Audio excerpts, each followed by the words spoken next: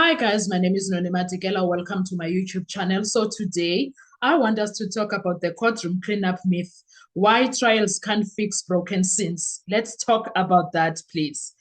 Before we do that, guys, please make sure you do not forget to like, to share, to comment, and most importantly, please make sure you are subscribed on the channel. Please make sure you are watching the videos up until the end and you are watching the ads that are coming through. When you are doing that, you'll be supporting the channel financially and in numbers. Thank you so much. I appreciate you. Now, there is a comforting lie people tell themselves about justice.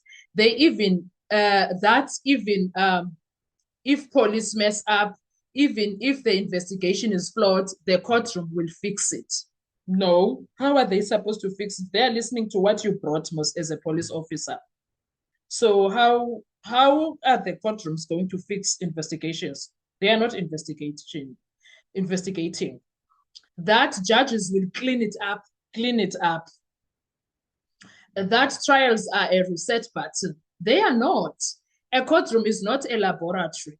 It is not a time machine, and it cannot repair a crime scene that was broken on day one. What can they do? Honestly. So the myth, let the court do it, is okay. You've heard it before, right? Let the trial sort it out. Evidence will be tested in court. Cross-examination will expose the truth. This sounds reassuring, right? But it ignores a brutal reality. Courts do not investigate. They evaluate what they are given. If what they are given is contaminated, the court is trapped inside that contamination. And there's nothing they can do when it comes to that part only. And what the court can and cannot do,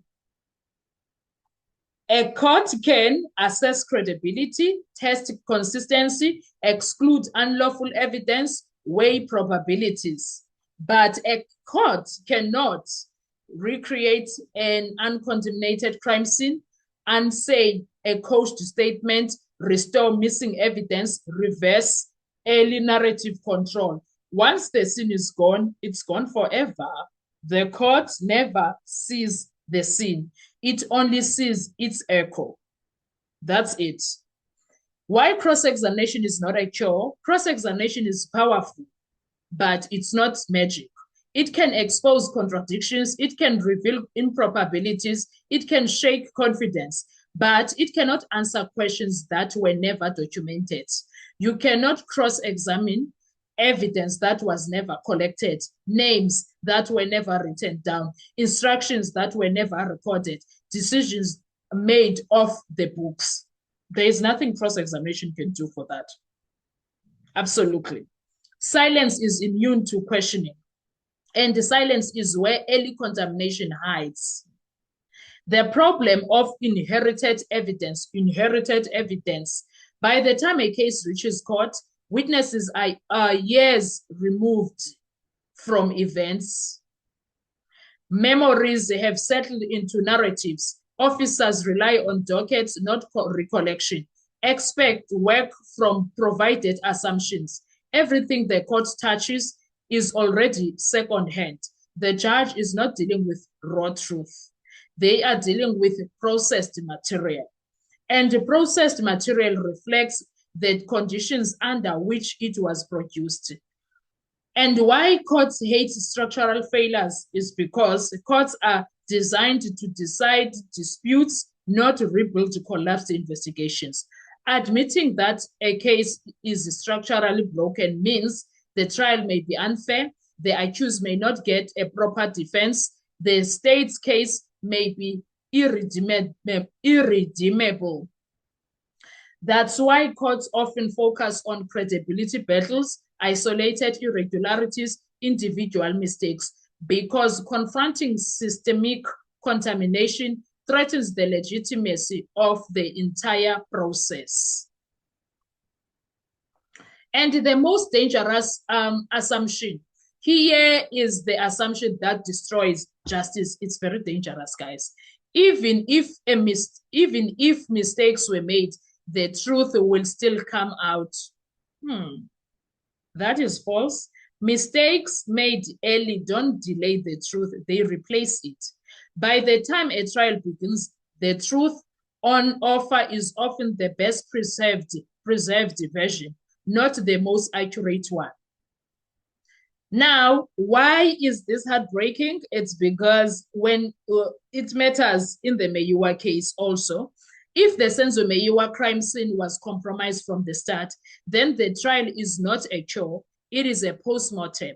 Explaining why evidence feels fragile, witnesses contradict themselves, timelines collapse under pressure, certainty never arrives, the court is not failing. It is being asked to do the impossible. And that is what Judge Ratta in reality is facing in that courtroom. Yes, he does things so bad, so horrible that sometimes we get so pissed off. But the bottom line is that he's facing this situation right here. It's like guys, it's been years, and he had to deal with all of that shandy. Trials do not create truth. They test what survives the investigations.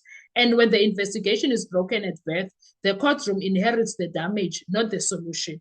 Justice doesn't fail loudly at verdict. It fails quietly at the scene before the first oath is ever taken. That is that is where everything happens. That is where justice fails. That is where now people were supposed to focus, because it's painful when it comes to the Meyiwa matter, because now something happened that night. Senzo died. There was a meeting allegedly. There was a meeting allegedly, according to the people, to Defo, to Tumelo. I think Tumelo also spoke about there was a meeting. There was a meeting with police. Who are those officials? What was the decision? What was being said? Dapseng was also there, also drinking water. What was happening there? Because everything looks so fragile. So, yeah, it happened there. The broken glass, it broke there. Whatever happened in that room that day is the one that gave birth to everything that is happening in the Senzo Meyiwa case.